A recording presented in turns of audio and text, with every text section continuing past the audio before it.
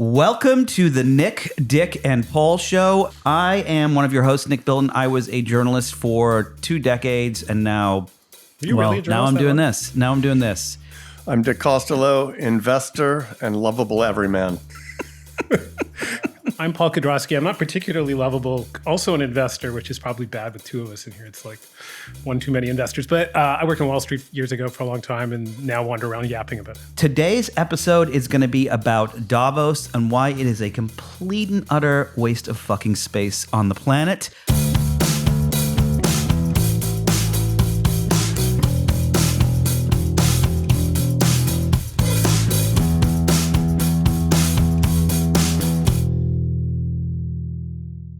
So let's jump in. All right. So Davos. So it was a few weeks back, and have you ever been, Dick? No. I was asked to go by the people who run it, World Economic Forum.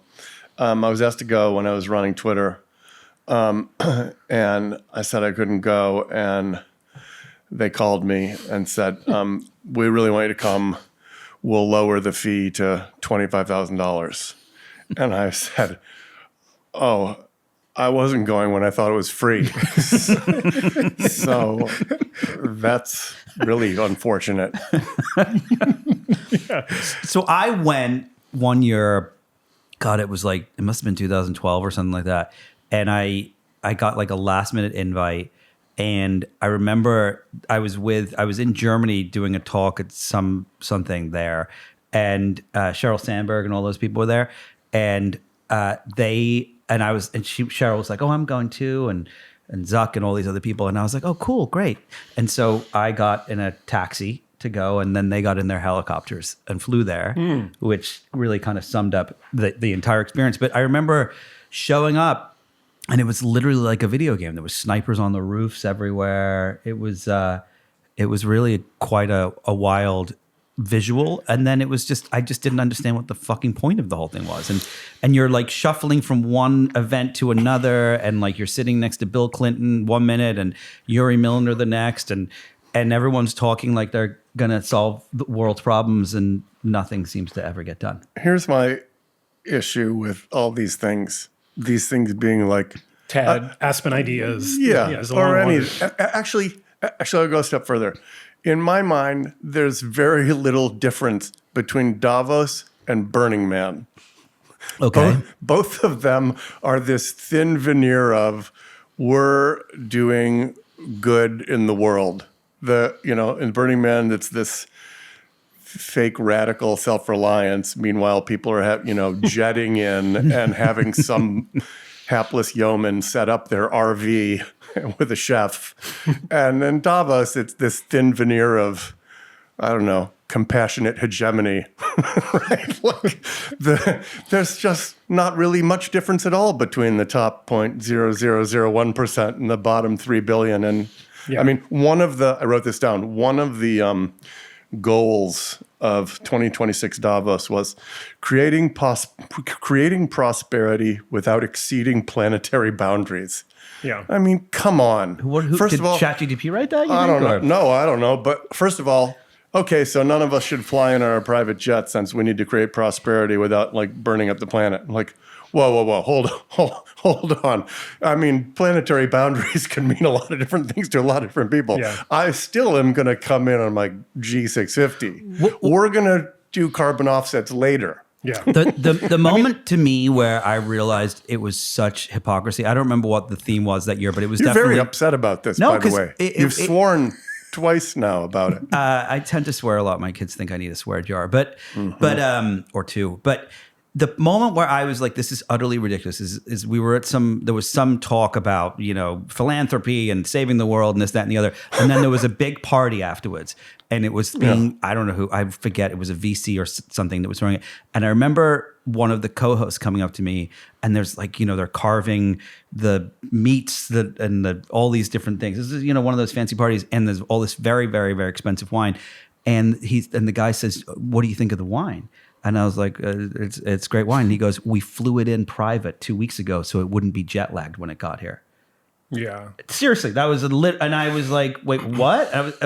He goes, because, it gets on the plane, it's turbulent, so we had it all flown in 2 weeks early. And it's the hypocrisy of the whole fucking thing. Again, I take you to, there's very little difference between Burning Man, where the booze is, it's just not expensive wine. It's, tequila and ketamine that's flown in 2 weeks earlier, and Davos, where the wine is flown in 2 weeks earlier. I just think, and I've been once, and I only lasted a half a session. What? I think it was 2012, 2013. Oh, really? You were there at the same time? Yeah, I was. But I wouldn't have seen you at the events because I was like, I don't want to be here. And I lasted, I think, a session and a half, and I went skiing, and I never went back. What was your session? Something to How to fly wine in so it's not jet lag? I don't actually remember. And I just remember thinking this is excruciating. And if anything, I hate this more than I hate Aspen Ideas, and I hate Aspen Ideas a lot. So what? But here's the question. So let me the thing that I find most interesting about it, though, because it's easy to kind of like dump on it for all of the stupid excesses and all this sanctimony and everything else. But like, it started off in the weirdest possible way, right? I mean, I don't know if you know the backstory. What's the the backstory? backstory? This was a management conference. This was for management academics to basically preach to their clients. Think of it like a McKinsey event almost, but put on by management consultants who work or inside of business schools and places like that, who wanted to babble about the latest, whatever the buzzword of the day was, just in time or reinventing the corporation or any of these things, right? That were the big buzzwords of the day. So it started off in this place of, okay, I kind of get what this is doing. It's like business development for management consultants or whatever. But then Klaus, whatever his name, the founder of the event, who was involved right from the very beginning, was like, I'm onto something here, right? This is bringing in lots of people, and I need more than just these layabout management consultants on stage. Let's bring in, lead politicians. Let's bring in more than academics. So, but was it like him? Did he treat it like Beanie Babies? Like, I'm going to make this famous and no, it's one of these weird things that happened completely by accident that it took off. It was kind of doing the right thing at the right time in the sense that all of these people were looking for an audience. And then what really got it going was, I think, this is just my theory, is that in the 80s and 90s, because it started off, I think it was in the late 70s, in the 80s and 90s when it really got going, it became this validation place for people who wanted to believe in the neocons, right? The neoconservatives wanted something to kind of validate their worldview, but it also validated the worldview of free traders, right? So when it helped sit underneath all of these orthodoxies that were emerging. What do you mean by validated? Like, so it became a place where the free traders were like, look, we're getting together and discussing global collaboration and how we're going to operate together in this post-isolationist world. Right, and there's all these like-minded spirits, and I may have some doubts about what we're doing. Like maybe this won't trickle down to the common man if China takes all the manufacturing. But wait, I have all these peers who say this is going to work out. And so that's in that sense, it validated everything. And then it continued, right? So it continued across free trade and sort of this emerging global consensus around that. And then I think in 2010, it really fell off because there was nothing to validate anymore. They'd all agreed. It's this old thing of like, who are we fighting against? There's no one we're fighting against. We've won. Yeah. Right. So that's the thing. Before 2010, did beyond the validation, did it actually end up in results? Were there actions that came? Because it seems now that nothing comes from anything. Nothing. But what it did, the result was the validation. That was it. This idea that, you know what? I used to be kind of a rebel with this idea of global free trade or the neoconservative worldview. All of that became validated because I found all my peers. I found my people. I found my tribe. And they all found each other. And that was this mutually reinforcing cycle, which in some ways led to this kind of, the mess we're in now, because all of these people entered this pond that was, and they could all, fish in the same pond, and they all had the same ideas, and they were all self-validating, and then on and on it marched. But they ran out of people to fight against because those people didn't go to Davos. So there was no one for them to fight. And so this is this old problem is like, what you really should do when you get to that point is shut the whole thing down because we've won, right? But they don't. And so they continue self-validating. They don't see anything outside. And, we end up where we are now, where the whole thing seems more than slightly ridiculous. The one sure way to know that nothing really gets done there now is the stories that come out of there every year now are almost solely about the people who couldn't get into the Salesforce party. Yeah. Like, oh, I saw Martin Sorrell waiting for a half an hour and he Outside. tried to explain to so-and-so who, or insert name here. Doesn't have to be Martin. But those are the stories you hear back. And you think, like, literally you flew across the world, then had to, take a train and get in a car or in a helicopter in Mark and Cheryl's case to get to this place where 95% or more of what everyone wants to do is get into the XYZ party. Yeah, and the other piece that it creates, because it's this I don't know, uniform ecology of people thinking the same thing, you eventually reach the point where it's a good place to go to fight with those people, which is what we saw this year, right? Where certain populist politicians show up, and it's like, I'm not here to agree with you people whatsoever. I'm here to call you all bad men and women. And names. Yeah. Right, and on all, because it's now the perfect place to go to show that I don't agree with any of you people, which also contributes to nothing getting done. The other argument you hear about places like Davos, and in part it led to a conference from a friend, I think a mutual friend we all know, Dave Hornick's thing. Dave Hornick's The Lobby is kind of the response. This conference he's been running for years. That's the one in Hawaii. That's the one in Hawaii. Where it was the old... By the way, I'm still trying to remember the word you just used a minute ago, uniform ecology. Yeah. Like That's remarkable. Yeah, like a plants and stuff. Yeah. Right? Yeah. So uniform ecology. Do you wake up every morning with a word that you're going to use, or is I have an app. You do? I have no. I don't. So, but the idea was the defense people made of Davos was you're missing the point. It's not about what happens in the sessions. Of course. It's about what happens in the hallways. Of course. It's about what happens in the dinners, right? So this was the idea behind. Well, that's what they said when I was there. It was like. But that's the oldest defense of these kinds of events, and it's in part what gave rise to Hornick's The Lobby, which was, let's have all the conversations that used to happen in the hallways in the lobby and make that the event. Well, of course, in retrospect, that just became the same thing, just in a different venue. But nevertheless, the idea was to capture this thing that, like, here's what really should happen because this is what happens outside the event.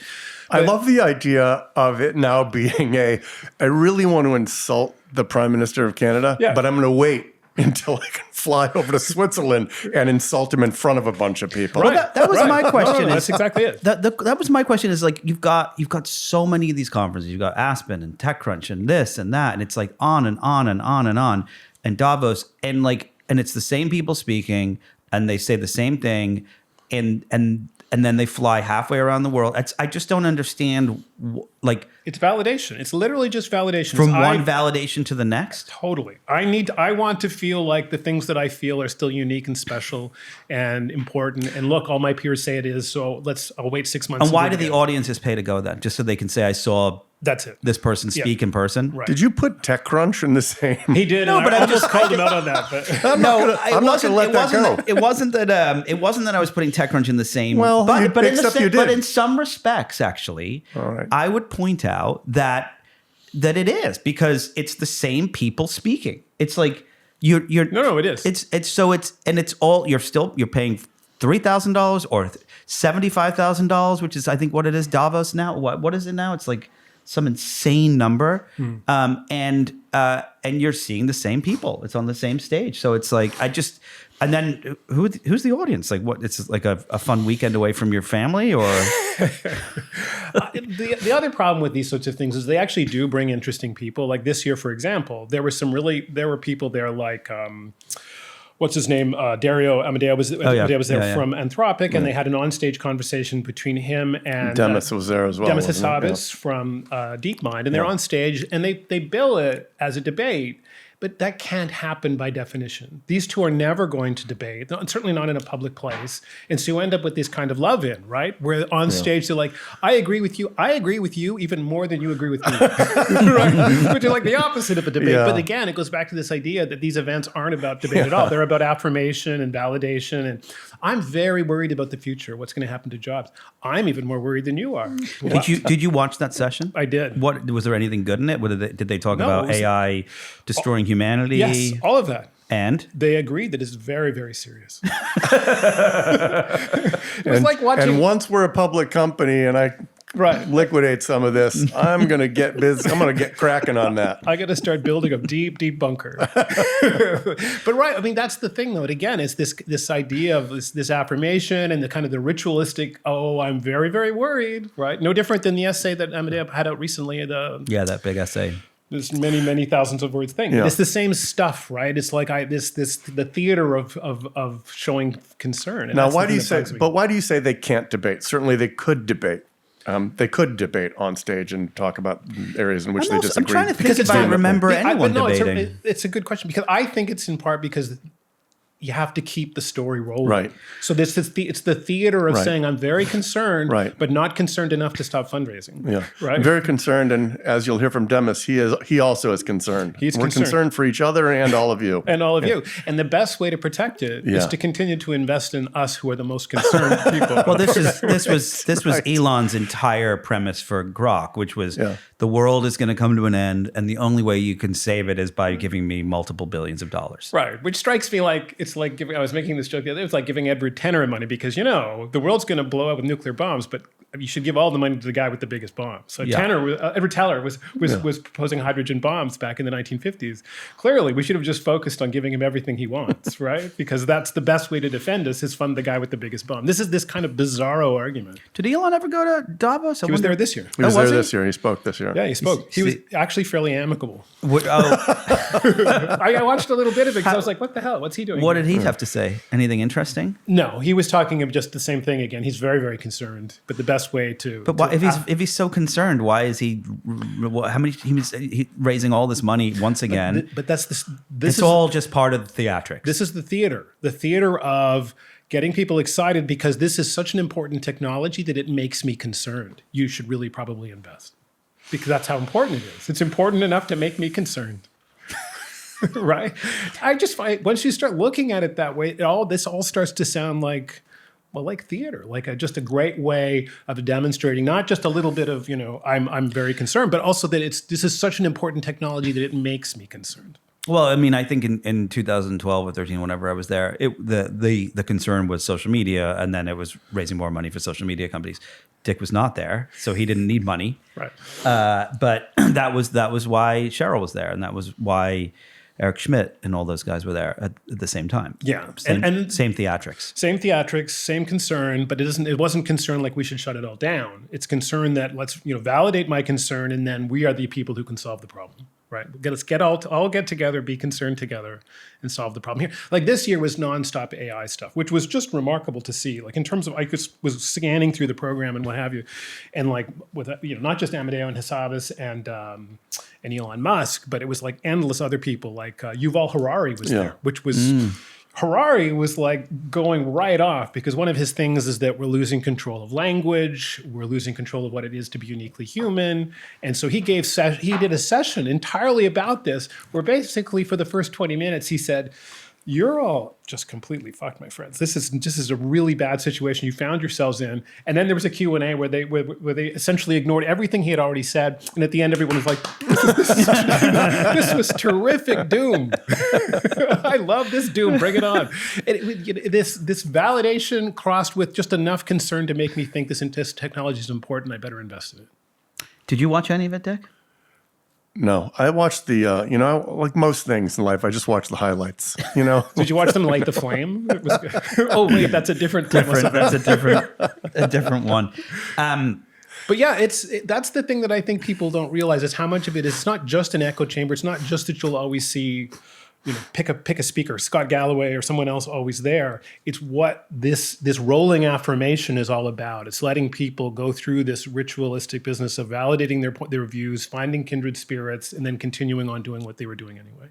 I did have one funny moment when I was there that was not about doom. It was Didn't used to be about doom. well, there's always, I think everything's about doom, but there was a dinner that was held by the Israeli prime minister at the time, and I got invited to it because you just get invited to all these silly things, and so I go to the dinner, and it's this room, and there's all these different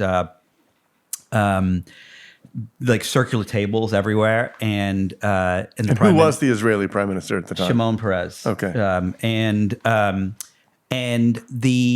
And so there's all these, fancy people there and everything.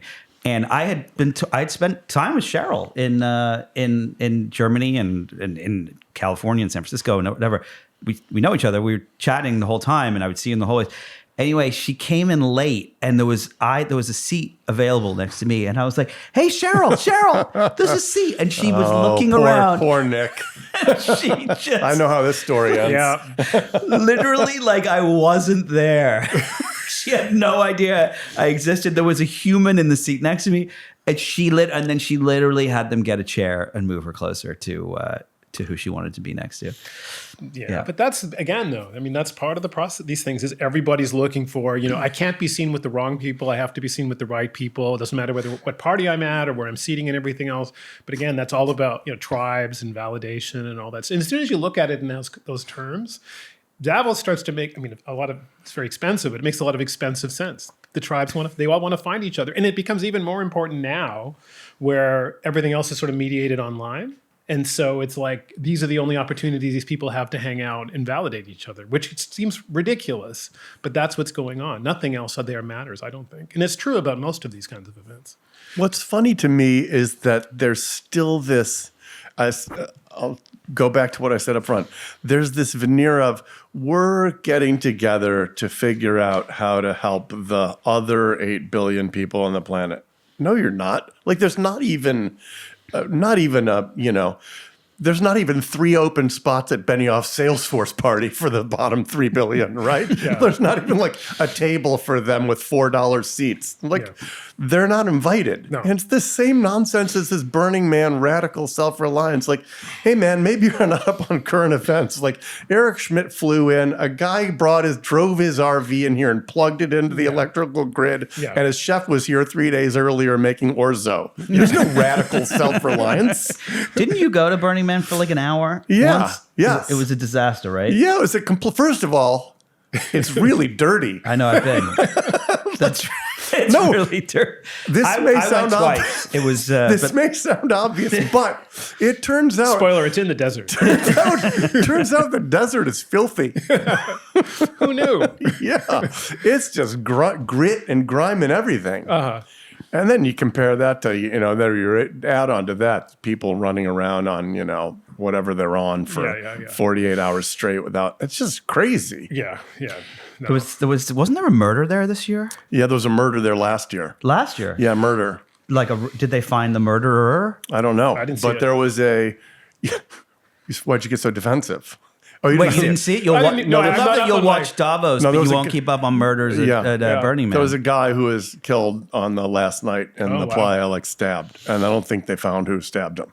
So the other thing that Keep Wait, in hold mind, on. these people are. Pause these for 1 people. second. Did they find out who stabbed him? I think they did. I'm double checking right now. I was fascinated. I thought it was a great murder How are you mystery. gonna? I mean, okay. Burning Man True Crime. Let's new discuss. podcast. Let's discuss for a second. If you're, wait a now minute. we're gonna get listeners. Hold on. If you're going to kill someone, the place to do it would be in the desert with 10,000 other people, all of whom are on crazy drugs and psychedelics running around, someone might not bumping notice. into each other and lighting things on fire. Yeah. Yeah. Oh, they didn't catch the person. See, exactly.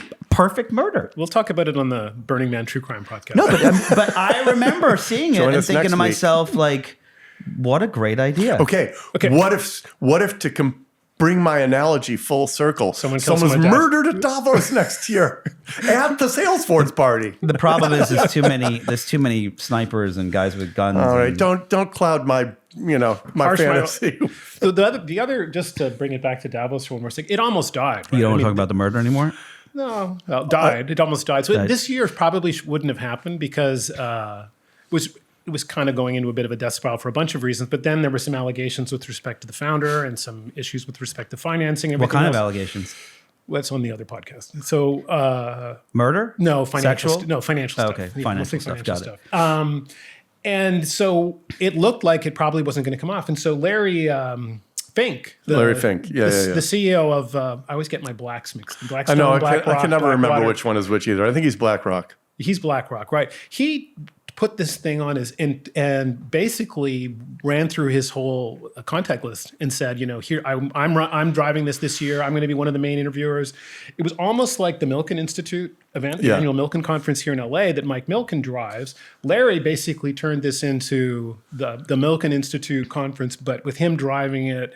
Can I make one Davos, observation about that? Which was crazy. Yeah. Otherwise, I really believe this year it wouldn't have happened. Wouldn't have happened. That's how far we've sort of devolved from where Davos was. It's gone from validation to faintly farcical for most of the people who even would have attended until Larry took it over and just drove it this year. Here's my Larry Fink observation. Horrible hair dye job.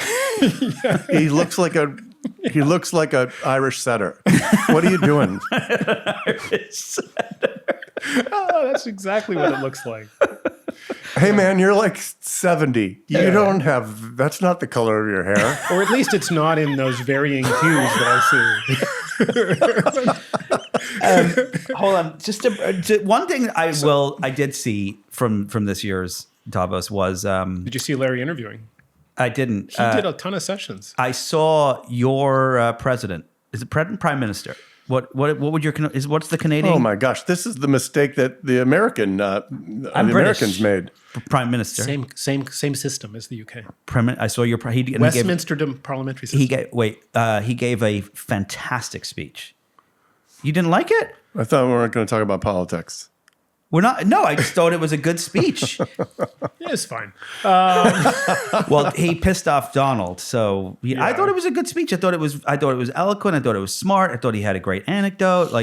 He spoke French. He spoke French. He opened speaking French, but that's he opened with French. You have to do that. By the way, if you open with French, that's very impressive. Yeah. People right away are like, pretty This guy good. knows what he's talking about. Didn't save it till the end where people He's were bored. not an Irish setter. No, Carney's an interesting guy. He's a central banker type, so he's a little bit gray. But I mean, the strange thing with Carney is he's not particularly popular in Canada.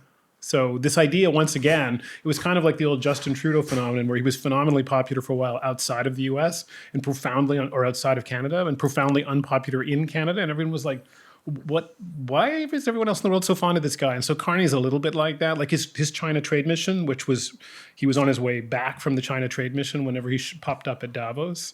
And that wasn't particularly well received in Canada at the same time. So, I think the speech and everything else is fine. It just didn't make, my take on that kind of thing is, I'm not sure what you're trying to accomplish here. Like other than just raising the temperature and making things a lot more agitated than they were before. There's no good outcome that comes of this. It's not like everyone bands together and puts Mark Carney on their shoulders and says, hurrah, huzzah, Carney uber alles, and all these leaders band together. It's more like, yeah, I kind of like what he said, but don't quote me on that, right? And so it doesn't accomplish anything in terms of trying to settle all of the many flashpoints that are out there. So it's a fine speech. I just don't know why you bother. I like the idea that next year it's just people getting in line to, I'd like to insult these following nations after him. Right. Yeah, which it turns out though. Because and then, there's someone like Moldova who's like, hey, how come nobody insults us? What does a guy we're over here rubbing two sticks together. Yeah, what does a guy have to do to get some attention here? We've done a lot of offensive things. We have rich history of offensive acts. Yeah, get in line, buddy. What was there anything that came out of the conference that you thought actually does affect AI or humanity in the future, or is it just? I just think of it as this rolling consensus. So the rolling consensus back in the 80s and 90s was about neocons and sort of the way that we should use military in service of trade. And then the rolling consensus was about global free trade, which led to many of the issues we're seeing today. Now the rolling consensus is AI is electricity, but just a little more dangerous. And that's interesting, right? I mean, that's a really interesting consensus because the only thing you can usually say about Davos is they reach agreement, always by accident and generally wrong. So they're wrong. So the question is in which way are they wrong? Is it much more serious than the way they're characterizing? Is it that it's just a frothy moment, which strikes me as unlikely? But nevertheless, that consensus was as uniform as anything I've seen back to the free trading days there. And there's nothing that comes out of this. So it's like we're looking at consensus is what I understand. That's what comes out of it. But what's the next step? So for example, they're talking about... Their next step is to have it again next year. That's right. At 25,000. I guess it's gone up since then. Yeah. No, that's the next. There's no next I'm step. just looking for something here. No. No, I there is. think There you is. have- That's the whole it. thing. There is no next step. So they No don't next go step. back and say, "Oh, well, we should really start preparing for when AI takes all of the jobs in India, or when we all get killed by some bio attack." No, you have to think about it like almost like a biological. It's like a podcast, really. No, you have to think of it like a biological system, right? It's just it comes. There's a bunch of stressors in the environment. It kind of evolves in response to the stressors. It's not a thoughtful process, and out the other end, either this the biological thing dies, thrives, whatever, but it's not through some thoughtful thing. It's just that's what's worth observing. Is the system has gone past the consensus about neocons, gone past the consensus about free trade, and there's a new consensus about it. And now it's not that suddenly there's going to be here are the 7 action items that we should do. That's a naive way of thinking. And about so what the these things are. consensus right now is AI. The consensus right now is that AI is a utility. It's electricity. It's the 4th industrial revolution. It's take your pick of whatever model you want. That's remarkable because there was never that kind of consensus even about .com back in the days whenever that was being highlighted. So this consensus rivals the one around free trade, rivals the one around neoconservatives. Nothing else has reached that level of consensus at an event like this. And there's this protective layer of, I told you to take it seriously, which they will look back on 10 years from and go, see, I was up there. I told you to take it seriously. That's right. It's this sort of, this Nixonian plausible deniability. Yeah, right. Plausible Dude, you weren't listening. Yeah. I said all of this. Yeah. Although I will give, seriously, if you go back and watch one thing, watch Yuval Harari's talk. It's really great. What is, and the premise is essentially, We've lost control of language. Language is what makes us human. We're screwed. well, how have we lost control of language? Because these tools. We've ceded it to these tools. That's right. These tools can and will always and will continue to do language better than the median human. And then what is his theory on what the result of that is? Is that anything that involves any kind of coded language will become the responsibility of the machines and will barely be caretakers. And it doesn't matter whether it's in entertainment or in literature or in business or in religion. He loves to talk about that. All of these different domains where you lose control of language, where language was fundamental to it, and now we no longer can compete. We've got no moat anymore. All of those will be ceded to large language models. And then- the resultant, the what I was gonna outcome ask. as a result of that is poof. No, once there's no need for us anymore. And you get into this like, are robots, because say fine, then the next step then is, okay, corporations are people for tax purposes. Are robots? Are models? Why aren't they? If these things are people, then okay, fine. If they are, what rights do they have? And how can we stop this process? You can't anymore if you follow the same model that the Supreme Court It's said like that- what Dario said in his letter where he said, we don't know if Claude and Anthropic is conscious and has feelings, and so better to be safe than sorry and be nice to it just in case. Yeah. That's what next year's Davos is going to be. We're going to go and insult the robots. I heart my robot, right? Yeah, but that's so in terms of next steps. That was Harari's point, was that expect this proliferation of religions, expect this proliferation of all of these things that used to once have a moat because they were human dominated that are no longer, and that's across everything from hedge funds to religion to businesses. But can you, for the listener, can you kind of play out, maybe both of you guys can do this, but play out like how this actually, you said poof, Dick, but like what is like, what, No like, more people, like but people, it's not like humans we go disappear. extinct. Yeah, well, why wouldn't we? Because someone needs to speak at Davos.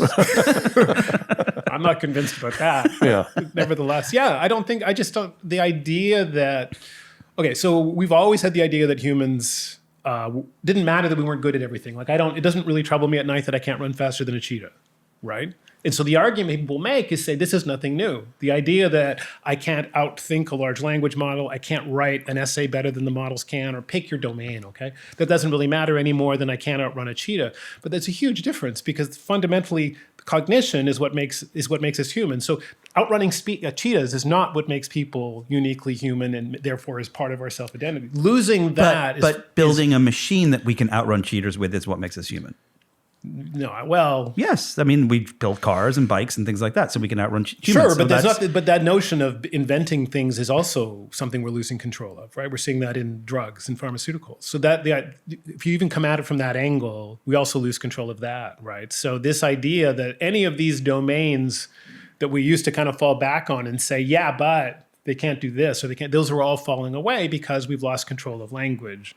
And that's in essence the Harari argument. And it's much more interesting than just, it's going to be better at inventing drugs than we are. They're going to be inventing religions, and they're going to be and all of these sorts of things are inevitable, right? I mean, the interviewer asked him, and I think it was what the woman from The Economist asked him, so this old gotcha game of, well, what's superintelligence to you? Which just makes you want to punch people in the face, right? I mean, because it's one of those definitional games. What does this actually mean? And he, to his credit, superintelligence to me is someone saying the word uniform ecology. I like to think of myself as the first AGI. You are. Alien Paul intelligence. So he came back and he said the AGI or superintelligence in this context is, and this was part of his speech at Davos, he said it's going to be when the first models can create a company that generates millions and billions of dollars. So it can generate a profitable company on its own with no human involvement. And we're heading down that path. Of course. Very fast, right? I think the logical conclusion of Harari's talk, and it'd be interesting to see if he believes this, is once you lose control of what makes you human, that's an extinction level action. Yeah, and because people have become unmoored, right? When you don't have anything to believe in, you believe in anything. These kinds of problems, right? Because nothing's sort of uniquely human anymore, and I find that part of his argument and it really interesting. As I said, he spoke twice at Davos, and both of those for me, the rest of the event's disposable, but that was really interesting because I think in 10 years, the second talk he gave was on his protein bar startup. Yeah, that's right. That one had a lot more attendees. I only got partway through that one. That was good. Because I was like, if you've seen him, it's clearly not working. He's a really skinny guy. Anyways, that kind of stuff I think is the stuff that we'll look back and say, it's kind of weird. He did say these things. Why was nobody paying attention to this? Yes. Wait, Dick, do you really believe this is an extinction level event? I'm saying it's the logical conclusion of Harari's argument. If you lose control of what makes you human, and there is nothing left that makes you uniquely human, that's biologically and evolutionarily, there's no need for you anymore. Yeah, and humans don't respond well to that, right? Because you start drifting, you lose reasons for believing that progress is a thing and so on because you've lost control of the narrative itself, right? I was talking to someone who works in defense, and they were talking about, all of the drone warfare and so on and so forth. And what they were saying is when you get to a point where it's robots versus robots, no one gives a shit anymore, right? There's no, it's not like, I have 1 million drones and you have 1 billion. And so what's happening is it's moving to this new kind of warfare where you're going to start to target the leadership and try to take them out. And that's how you win, which we saw kind of in Venezuela in some respects. And it feels like the end result of this is if we do feel like we are at an extinction level event, that we go after the Sam Altmans of the world and people like that, right? No, not that we're encouraging anything. No, I'm saying like. I was wondering where you were going with that. Now we know. But like, you invite him to Burning Man. So Alex Karp from Palantir, not everyone's cup of tea, talked a little bit about this. I only made it like halfway through his thing. It feels like you watched the entire week-long Davos. 4 things. So the two Hararis, the debate, and then what did Karp say? And then this Karp thing. Karp, I mostly hate watched because I actually think he's a very smart guy. He's a very smart guy. It's his hair and his hair. His hair makes me a bit. What kind of dog does he look like, Dick? He looks like a poodle. A poodle. I was going to say poodle. Yeah. I said he looks like Thufir Hawat from the first Dune movie. He's got this giant eyebrows and the big hair. Anyways, he talks, I thought, fairly eloquently. Lucidly about that whole. What was his same thing? Just exactly the same thing. That we're kind of that this. Bot versus bot warfare is taking this in a direction where it doesn't mean anything anymore. Whenever you've just got these sort of autonomous thing versus autonomous thing fighting each other on the battlefield, and I think that's largely the case. And there's actually a great Star Trek episode about that. If people want to go back to the original Star Trek, where there was where they were having this push button warfare. Two societies decided it was too bloody to actually fight each other, so they're having a push button war where they have autonomous computer-to-computer battles going on, and it was completely bloodless. And finally, of course, they just went after the leadership themselves. So they played out, and then Gene Roddenberry was there first, my friends. Yes, he was. And did as usual, did societies go extinct after this? No, William Shatner talked the computer into exploding, as he was prone to do. So, on that note, I think we can wrap up our Davos reenactment here. Anything anyone wants to add? I'm in for $25K on the protein bar, on Harari's protein bar. I want to see him take more first.